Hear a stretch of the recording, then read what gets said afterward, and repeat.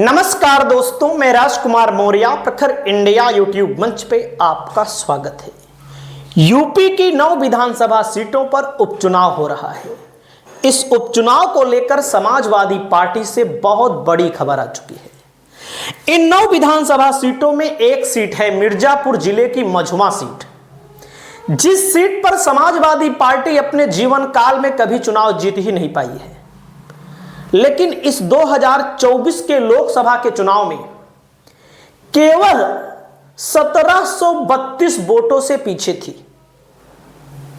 केवल 1732 वोटों से। अब समाजवादी पार्टी की तरफ से ज्योति बिंद यहां प्रत्याशी हैं और बीजेपी ने मौर्य प्रत्याशी उतारा है। और मौर्य शाक्य सैनी कुशवाहा के नेता बाबू सिंह कुशवाहा यहां पर पहुंच चुके हैं, क्योंकि समाजवादी पार्टी के सांसद हैं, समाजवादी पार्टी के नेता बन चुके हैं। इनकी खुद की पार्टी है जन अधिकार पार्टी, तो लगातार समाजवादी पार्टी की पीडीए की रणनीति को मजबूत कर रहे हैं।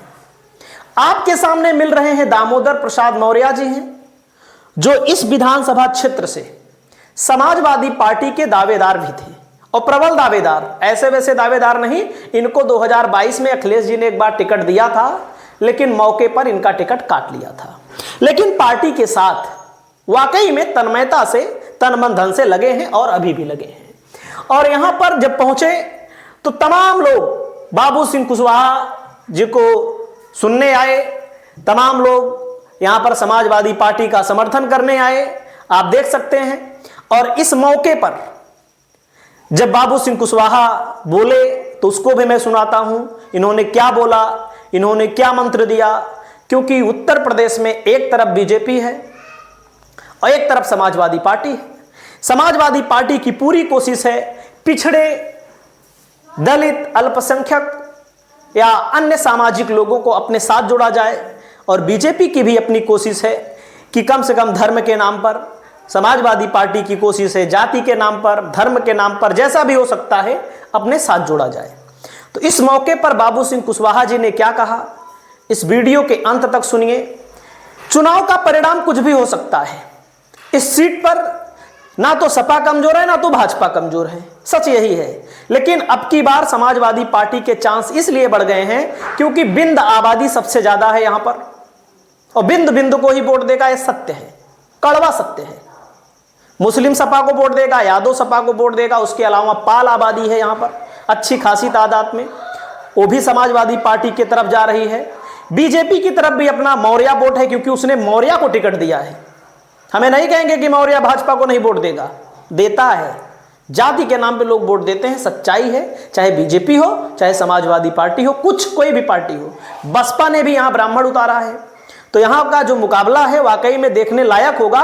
लेकिन असली टक्कर अब की है। मतलब इसके पहले समाजवादी पार्टी का प्रत्याशी ही थोड़ा डाउन रहता था, इस कारण कि सपा समड़ को लड़ाती थी तो समड़ का वोटर बीजेपी को चला जाता था। अब की बैकवर्ड बनाम बैकवर्ड है और बसपा ने समड़ लड़ाया है। अब आप सुनिएगा बाबू सिंह कुशवाहा जी क्या कह रहे हैं। 50 को हमारे देश का संविधान लागू हुआ, जिसको बाबा साहब अम्बेडकर ने लिखा। वो संविधान उसी दिन से कहता है कि हमें हर क्षेत्र में बराबरी का हिस्सा, चाहे सरकारी नौकरी हो, प्राइवेट सेक्टर की हो, जल जंगल जमीन हो, हर जगह हमें 1950 से बराबरी का हिस्सा मिलना चाहिए। लेकिन क्या मिला? वो इसलिए नहीं मिला कि हिस्सा देने वाले इस विचार के लोग कभी गए ही नहीं केंद्र सरकार। अगर इस विचार के लोग केंद्र सरकार में जाते तो आज हमारे बच्चों को बेरोजगार नहीं घूमना पड़ा, किसान को परेशान नहीं होना हो। इसलिए हम आज आपके बीच में आए हैं कि हमारे सामने एक नौजवान नेता है जिसके पास अभी लंबा समय है। अगर ऐसे नेता को हम मजबूत करते हैं और केंद्र सरकार तक ले जाते हैं प्रदेश सरकार से होते हुए आदरणीय अखिलेश यादव जी को, समाजवादी पार्टी को, तो निश्चित तौर पर हमें हमारे बच्चों का हिस्सा देने का वो काम करेंगे। हर क्षेत्र में हमारे बच्चों को बढ़ाने का। आज आदरणीय रमेश बिंद जी 2 बार सांसद रहे, 3 बार यहाँ से विधायक रहे। उनकी बेटी हमारे सामने, लेकिन उनकी बेटी को भले ही देखना है, हमको ये सबको सोच के चलना है कि भाई दामोदर मौर्य चुनाव लड़ रहे हैं, भाई राम मनोहर यादव जी चुनाव लड़ रहे हैं, बाबू सिंह कुशवाहा चुनाव लड़ रहे हैं, एक विचारधारा लड़ रही है, पीडीएफ की समाजवादी पार्टी लड़ रही है चुनाव, अकेले कैंडिडेट को देकर के नहीं करना। और जब हम इस विचार के साथ चुनाव लड़ेंगे तो निश्चित तौर पर हमें कोई हरा नहीं सकता। हमारे सामने जब भी हम नीचा देखते हैं तो हमें नीचा दिखाने का काम कोई दूसरा नहीं करता, हमें भ्रमित करने का काम कोई दूसरा नहीं करता, हमारे लोगों में फूट डालने का काम, गुमराह करने का काम कोई दूसरा नहीं करता।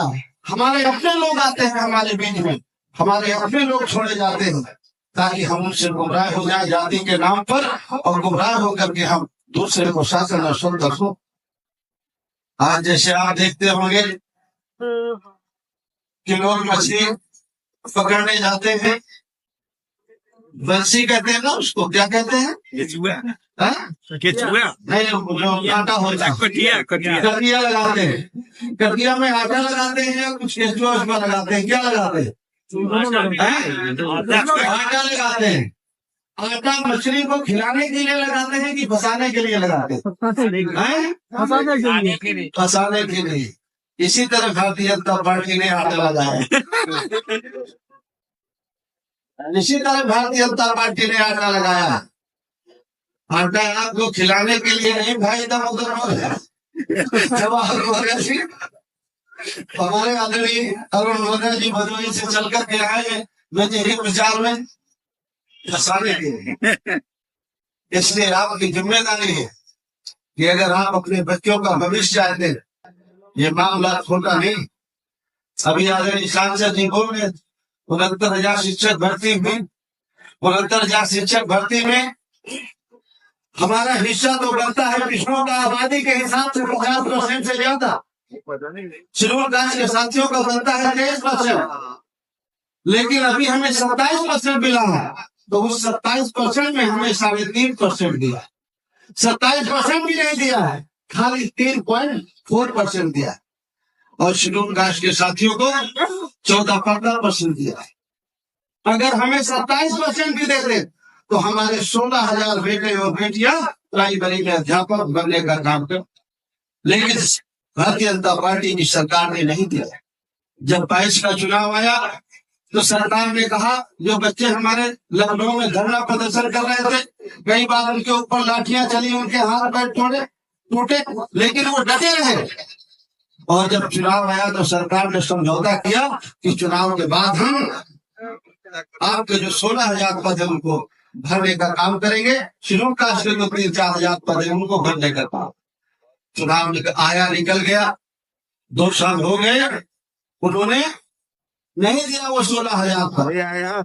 और जब बच्चे हमारे हाई कोर्ट गए, इलाहाबाद हाई कोर्ट से वो जीते, सब लोगों ने कहा, आदरणीय अध्यक्ष जी ने कहा, मैंने भी कहा कि भाई अब कोर्ट ने फैसला कर दिया है, हमारे बच्चों को रोजगार दिया जाए, 16,000 पद से हमारे भरे जाए।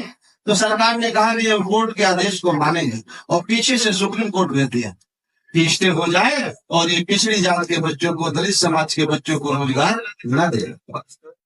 आज जब हमारा एक गलत फैसला, हमारे बच्चों का हक मारा गया, तो उसमें खाली बच्चे दोषी नहीं है या भारतीय जनता पार्टी अकेले दोषी नहीं है, उसके जिम्मेदार हमने ऐसी सरकार बनाई है जो नहीं चाहती है कि हमारे बच्चों को रोजगार मिले।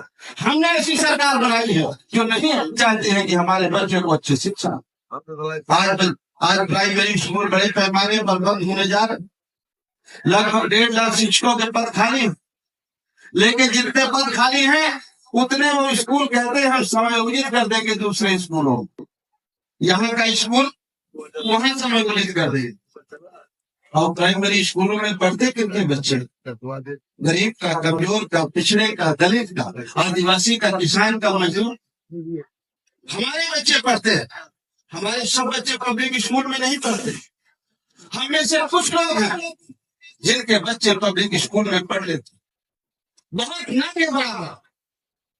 आज वो स्कूल समायोजित कर दिए जाएंगे, कुछ स्कूल तोड़ दिए जाएंगे, तो गरीब का, किसान का, मजदूर का बच्चा कहाँ पढ़ेगा?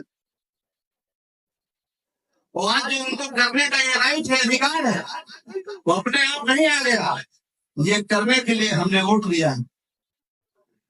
हमारी एक गलती खाली हमें नहीं परेशान करती, हमारे आने वाली पीढ़ी का भी हक अधिकार उचित है। इसलिए साथियों, आपको बहुत सावधान और चौकन्ना रहने की जरूरत। आप जब एक फैसला करते हैं तो आपका बच्चे का भी भविष्य उस पर निर्भर होगा। और ये पुराने जमाने से है कि जिस देश का प्रदेश का राजा अच्छा होता है वो देश और प्रदेश तरक्की के रास्ते पर जाता है, और जिस प्रदेश और देश का राजा अच्छा नहीं होता वो प्रदेश और देश कभी तरक्की के रास्ते पर नहीं जाता है।